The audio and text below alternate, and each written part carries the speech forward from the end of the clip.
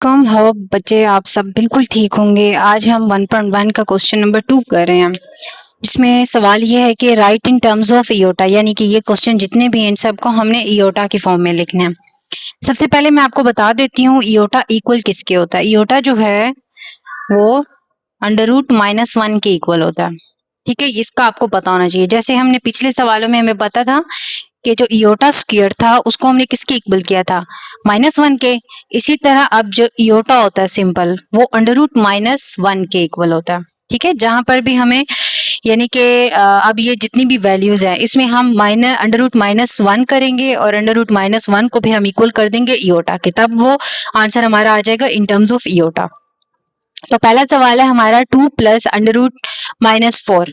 ये सवाल हम लिख देंगे 2 + √-4।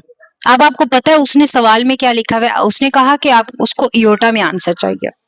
तो आपको इस बात का तो पता है कि इयोटा जो है वो √-1 के इक्वल है। तो आपने क्या करना है, यहाँ पे आपने जो है √-1 को अलग कर देना है, ठीक है। प्लस ये तो सेम इसी तरह यहाँ पे अब गेम स्टार्ट होगी। कैसा होगा, आपको इस बात का पता है ना कि जो 4 होता है वो 4 1s are 4 होता है। अब यहाँ पे देखो -4 है, -4 ना, जब 4 1 से मल्टीप्लाई होगा तो 4 1s are 4 आंसर आ जाएगा। इसके साथ प्लस है, इसके साथ माइनस है, तो फिर प्लस माइनस माइनस -4 आ जाएगा। इसके ऊपर क्या है, ब्रैकेट, वो अंडर रूट है, तो अंडर रूट दोनों के ऊपर लग जाएगा। तो इसी तरह मैं अंडर रूट लगा दूंगी और यहाँ पे मैं 4 लिख दूंगी, मल्टीप्लाई -1। अच्छा, अब आप बच्चों को मैं ये बात बता दूं, मैंने यहाँ पे इसके साथ -4 मैंने क्यों नहीं लगाया, माइनस मैंने इसके साथ क्यों नहीं लगाया, उसकी रीजन ये है क्योंकि मुझे -1 √-1 अलग चाहिए, ठीक है। अब ये एक दोनों अंडर रूट में आ गए। अब मैं इन, जाहिर सी बात है जब दोनों चीजें एक अंडर रूट में आती है तो मैं उनको अलग अलग करके भी लिख सकती हूँ, यानी √4 मल्टीप्लाई √-1। अब देखो यहाँ पे √-1 आ गया आपके पास, जो कि किसके इक्वल था, योटा का। यही आपका आंसर है। 2 प्लस, यहाँ पे आपको पता है कि अंडर रूट जो 4 होता है ये किसके इक्वल होता है, ये 2 के इक्वल होता है, तो 2 आंसर आ जाएगा यहाँ पे। और ये मल्टीप्लाई √-1 की वैल्यू मैंने आपको ऑलरेडी बता दी थी, वो इयोटा थी। तो बस आपने यहाँ पे 2 के साथ इयोटा लिख देना है। 2 के साथ इयोटा क्यों लिखा है, क्योंकि अब देखो ऊपर ये दोनों मल्टीप्लाई हो रहे थे। इसका जब √4 किया तो आंसर 2 आ जाएगा। इसकी वैल्यू तो हमें पता थी इयोटा, तो ये आंसर आपका आ जाएगा।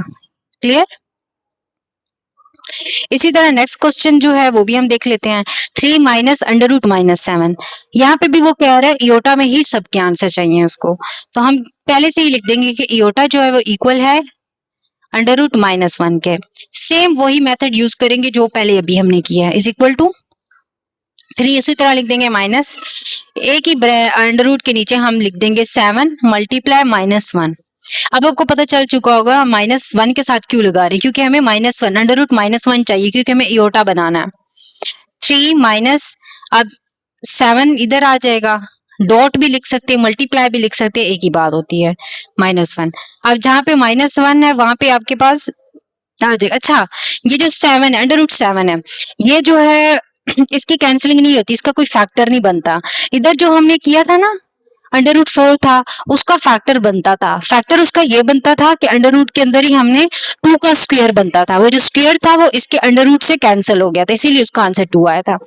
यहाँ पे जो 7 है वो किसी उसका फैक्टर ही नहीं बनता, क्योंकि ये ओड है, तो ये ऐसे का ऐसे आ जाएगा, ठीक है। यहाँ पे अब बाकी जो दूसरी वैल्यू थी हमारे पास √-1, वो हमने ऑलरेडी कहा था कि वो इयोटा की, बस इसके साथ इयोटा हम लिख देंगे। अच्छा, ये बात, ये इसका आंसर है। और दूसरा ये कि ये इयोटा जो है वो अंडर रूट के अंदर नहीं लिखना, आपने अंडर रूट के बाहर लिखना है, क्योंकि ये क्योंकि जो है वो 7 √7 अलग है, ठीक है, इयोटा अलग है। बस इनको साथ साथ ही लिखना है, लेकिन इयोटा जो है वो अंडर रूट के बाहर लिखना है। ये आपका आंसर है।